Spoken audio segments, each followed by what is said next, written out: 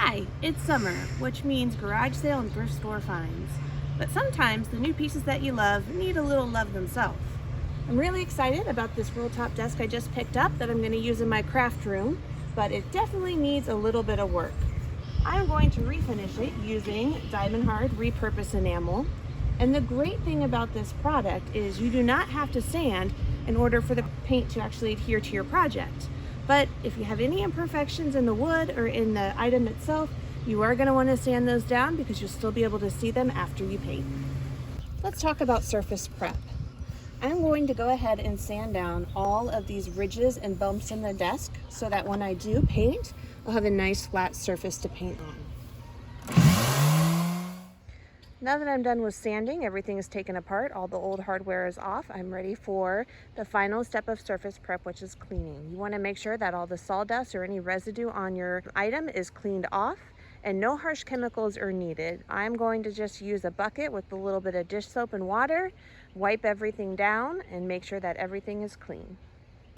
For the cleaning step, you want to make sure that you get into all of the little crevices of your item. There's a lot of sawdust here. We want to make sure that we wipe out all of those cracks. Anything left can hurt the paint and keep it from having a nice strong hold when you are done. Our surface is clean and sanded and we're finally ready to paint. I have a brand new quart of mocha. Because this is going in a craft room, I'm going to use mocha and a couple other colors for some fun accents to give it a modern look. But let's go ahead and open up this quart. All right, when you open it, you might see some color separation, and that is just because the formula used to make this product be able to stick to almost anything and give it a very nice self-leveling shine can sometimes cause the pigment to separate a little bit, but that is perfectly fine. You want to make sure that you stir it very well for several minutes, using a paint stir to scrape all the way to the bottom and the sides of the can, and you're going to want to keep stirring until you see a nice uniform color. All right, we are ready to start painting.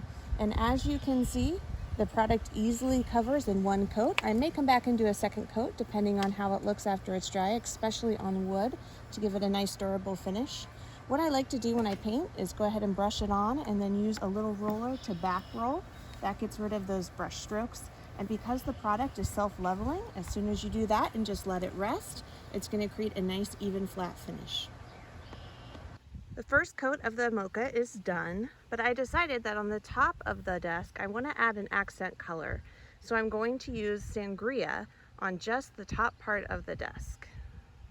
As I apply the accent color, I'm going to use the same technique I did with the mocha, brush it on, and then use my roller to get rid of those paint lines and smooth out the paint.